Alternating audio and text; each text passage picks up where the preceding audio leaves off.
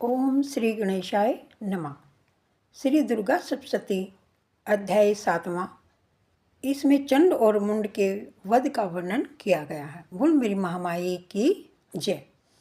ऋषि बोले, तदंतर शुंभ की आज्ञानुसार चंड मुंड आदि दैत्य चतुरांगनी सेना के साथ अस्त्र शस्त्रों से सुसज्जित होकर चल दिए और फिर हिमालय पर्वत के श्रोण में ऊंचे शिखर पर पहुंचकर उन्होंने सिंह पर विराजमान देवी को देखा।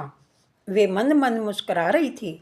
देवी को इस प्रकार मुस्कुराते हुए देख असुर धनुष और तलवार लेकर देवी के समीप तत्पर से पकड़ने का यत्न करने लगे। तब देवी का अंबिका ने उन शत्रुओं पर अत्यंत क्रोधित हुई। उस समय क्रोध के कारण उनका मुख काला पड़ गया, ललाट भौएं टेढ़ी हो गई। तब वहाँ से तुरंत अत्यंत विकराल काली प्रकट हुई, जो तलवार और पास लिए हुए थी। वे विचित्र खड़ंग वाग धारण किए और चीते के चर्म की साड़ी तथा नरमुंडों की माला में अलंकृत थी। उनके शरीर का मांस सूख गया था, केवल अस्थि पंजर मात्र शेष था। इससे वे अत्यंत भयंकर जान पड़ती थी। जय माता दी। विशाल मुख से जीभ लपलपाने के कारण वे और भी डरावनी प्रतीत होती थी। उनके आंखें भीतर की ओर धसी हुई अंगारे के समान लाल थी। वे अपनी भयंकर गर्जना से संपूर्ण दिशाओं को गुंजा रही थी। बड़े बड़े दैत्यों का वध करती हुई वे कालिका देवी बड़े वेग से दैत्य सेना पर टूट पड़ी और उनका भक्षण करने लगी। हे पार्श्व रक्षकों, अंकुशधारी महावतों, योद्धाओं तथा घंटा सहित कितने ही हाथियों को एक ही हाथ से पकड़कर मुंह में डाल लेती थी। इसी प्रकार घोड़े, रथ और सारथी सहित रथी सैनिकों को मुंह में डालकर अत्यंत भयानक रूप से दांतों से उन्हें चबा डालती थी। किसी के बाल पकड़ लेती, किसी की गर्दन दबा देती, किसी को पैरों से दबोच देती तो किसी को छाती से धकेल कर मार डालती। वे असुरों द्वारा छोड़े गए अस्त्र शस्त्रों को मुंह में पीस डालती।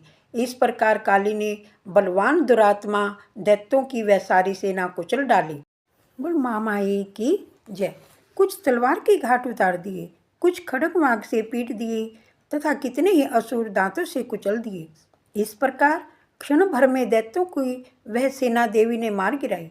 यह देख चंड उन अत्यंत भयानक काली देवी की तरफ दौड़ा और इधर महादैत्य चंड मुंड ने भी भयंकर बाणों की वर्षा से हजारों बाण चलाए और चक्रों से उन भयानक नेत्रों वाली देवी को ढांप दिया। वे अनेकों चक्र देवी के मुख में समाते हुए ऐसे जान पड़ते थे मानो सूर्य के अनेक मंडल बादलों के उदर में प्रवेश कर रहे हों। तब भयंकर गर्जना करने वाली काली ने अत्यंत रोष में भरकर भीषण अट्टहास किया। उस समय विकराल बदन के भीतर कठिनता से दिखाई पड़ने वाले दांतों की प्रभा से वे अत्यंत उज्जवल दिख रही थी। देवी ने विशाल तलवार हाथ में लेकर हुम का उच्चारण करके चंड पर आक्रमण किया। उसके बाल पकड़कर उसी तलवार से उसका सिर काट डाला। चंड को मरा हुआ देखकर मुंड भी देवी की तरफ दौड़ा। तब रोष में भरकर देवी ने उसे भी तलवार से मारकर जमीन पर गिरा दिया।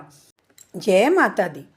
महापराक्रमी चंड और मुंड के मरते ही बची हुई सेना भयभीत होकर चारों ओर भाग गई। तब काली ने चंड और मुंड के सिर हाथ में ले चंडिका के पास जाकर भयंकर अट्टहास करते हुए कहा, हे देवी, मैंने चंड और मुंड नाम के ये दो महापशु आपको भेंट किए हैं। अब इस युद्ध में शुंभ और निशुंभ का वध आप स्वयं करना। जय माता दी। ऋषि बोले, अपने सन्मुख लाए गए चंड मुंड नाम के महादैत्यों को देखकर कल्याणी चंडिका ने मधुर वाणी में काली से कहा, हे देवी कालिके, क्योंकि तुम चंड और मुंड को लेकर मेरे पास आई हो, इस कारण संसार में अब तुम चामुंडा के नाम से विख्यात होगी। पुल महामाई की जय। चंड मुंड वध नामक अध्याय संपूर्ण हुआ। बोल जय माता दी।